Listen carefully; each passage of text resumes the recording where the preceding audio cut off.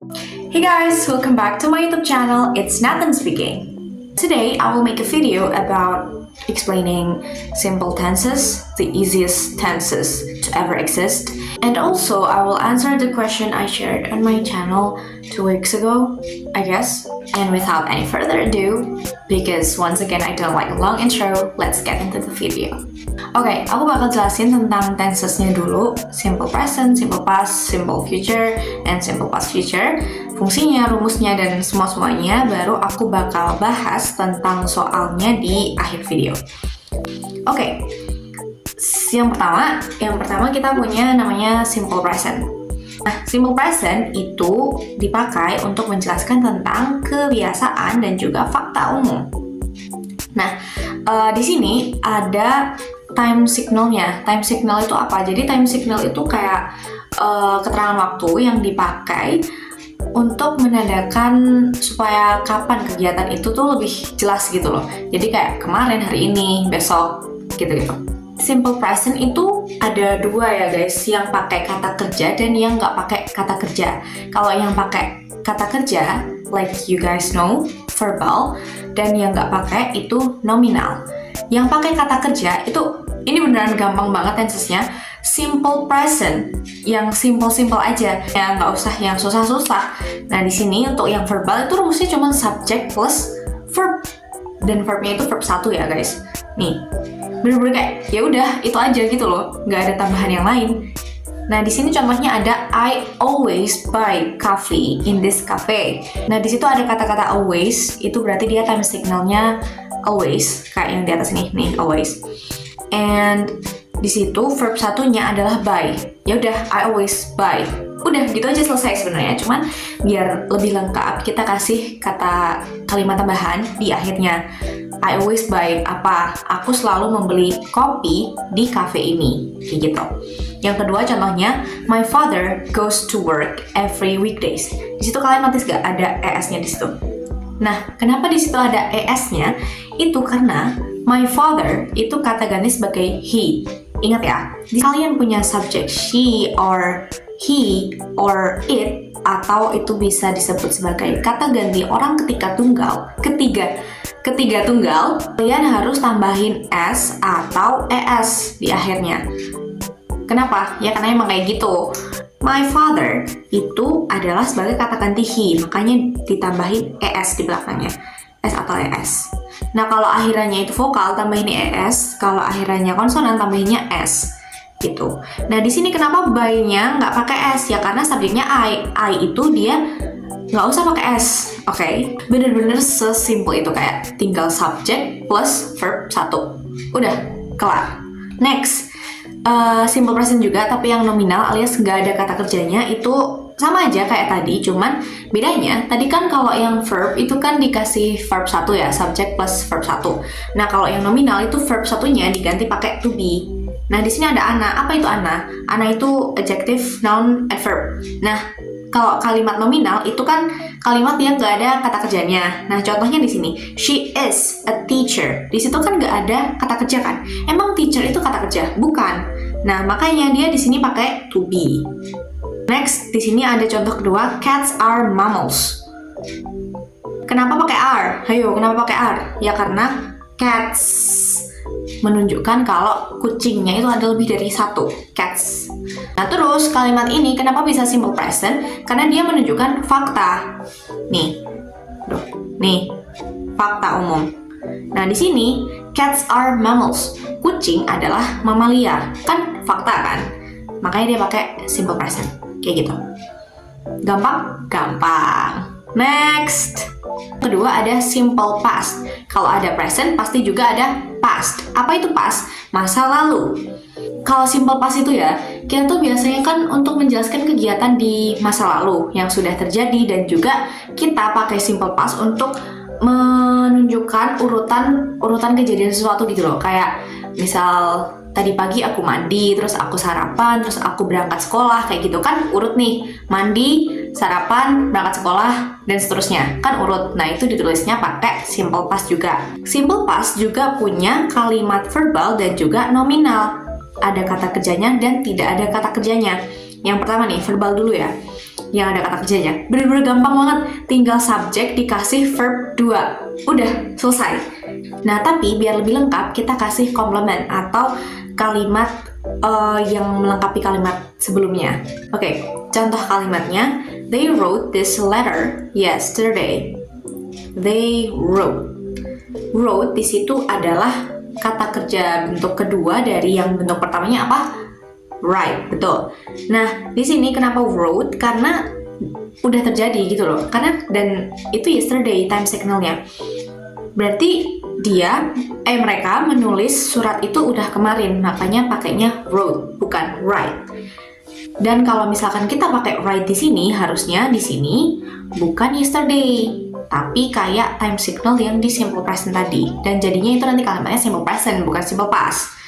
Contoh yang kedua, she brought her cat last week. Brought and last week. Ya udah, gampang kayak gitu. Yang kedua, nominal. Kayak yang simple present tadi, kalau verb 1 di simple present itu kan diubah jadi to be. Dan di sini kalau simple past, verb 2-nya diganti jadi was and were. Contoh, you were not sick. Sick di situ kan bukan kata kerja, makanya pakainya were. Dan kenapa pakai were? Karena udah lampau, udah kemarin. Terus yang kedua ada I was an actor. Berarti udah bukan aktor lagi ya, karena di sini pakai was. Oke, next. Simple future, kejadian di masa depan.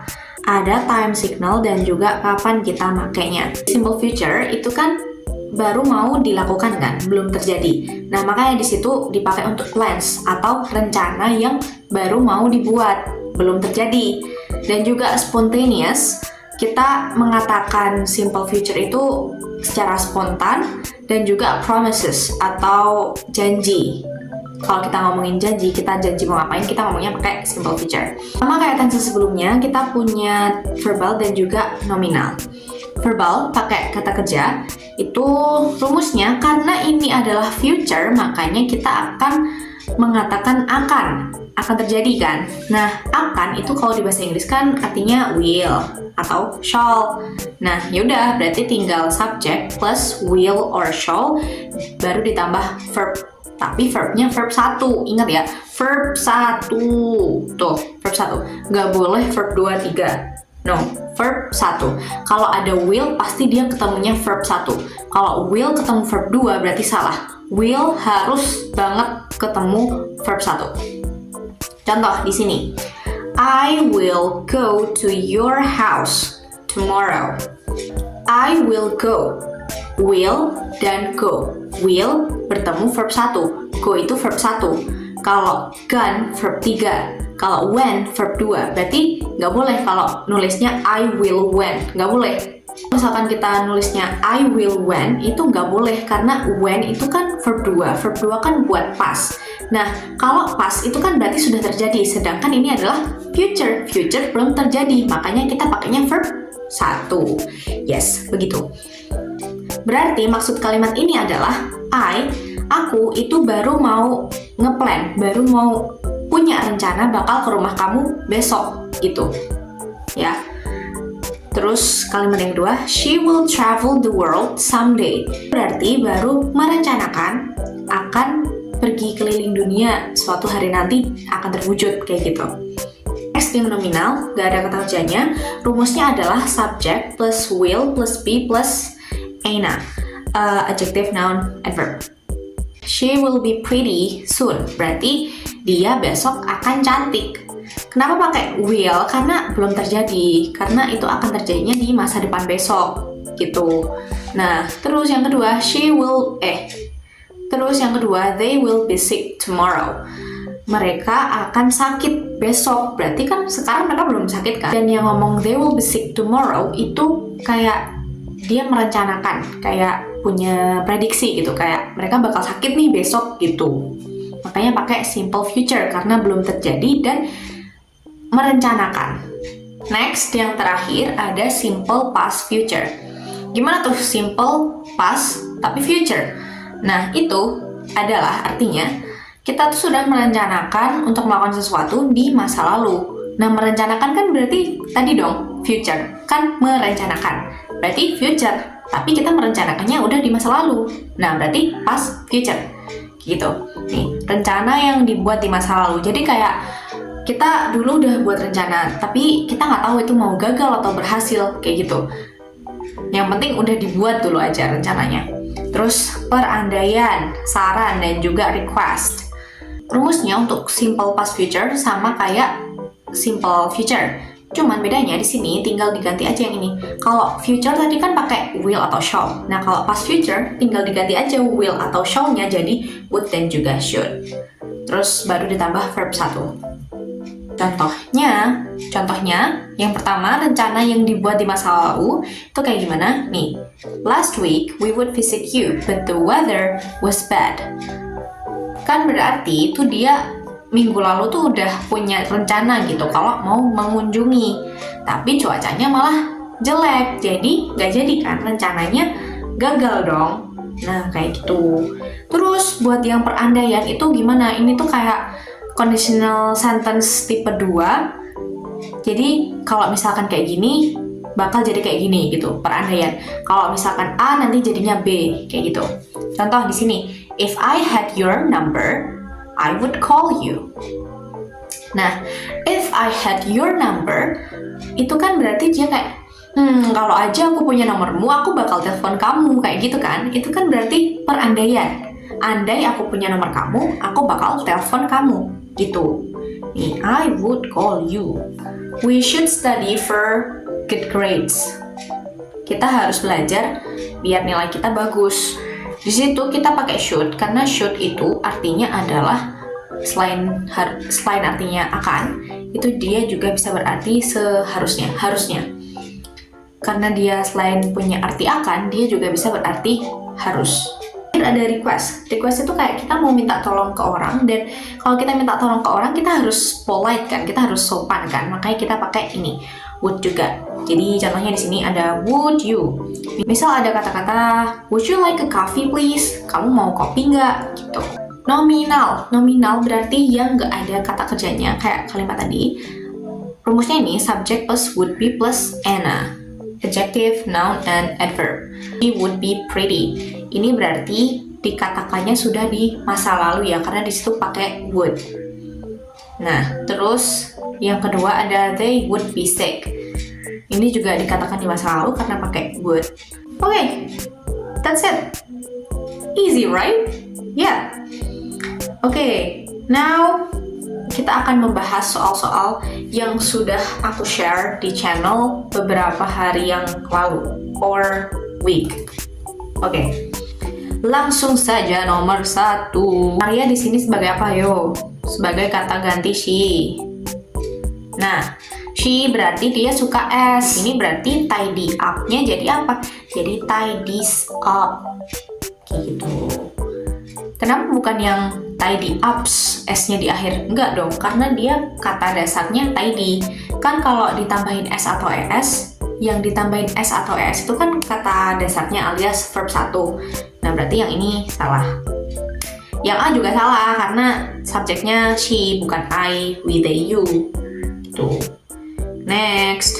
My parents bought this house in 2016. Simple, past. Gampang banget. Kenapa nggak past future ya? Karena nggak ada would-nya. Would atau should ya. Okay, next.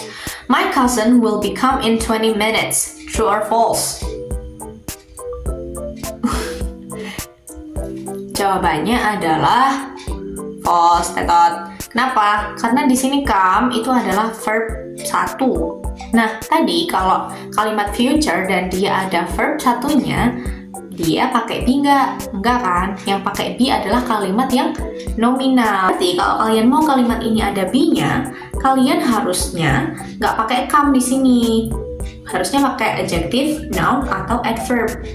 Jadi contohnya misal, my cousin will be sick in 20 minutes. Sepupuku bakal sakit 20 menit lagi gitu. Nah, kalau misalkan kalian mau tetap mempertahankan come di sini, tapi kalian juga pengen tetap mempertahankan be di sini, nanti jadinya will be coming. Aduh, jeli banget lagi tulisannya. Oke. nanti jadinya will be coming. Nanti jadinya bukan simple present, simple future, tapi jadinya adalah future continuous. Who did you call last night? Ini kayaknya pertanyaan terakhir ya. Who did you call last night? True or false? Jawabannya adalah false. Kenapa? Karena ada did-nya. Did itu nggak boleh ketemu verb 2. Ini kan called itu verb 2 ya. Verb 2 ya guys. Verb 2 nggak boleh ketemu did. Jadi harusnya who did you call last night? Ini nggak usah ada nih. Ini nggak usah ada.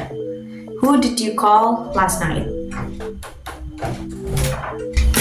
Ini videonya udah lumayan panjang sepertinya. Masih banyak buat kalian yang sudah menonton videonya sampai sini. See you guys on my next video. Don't forget to tap the like and probably subscribe.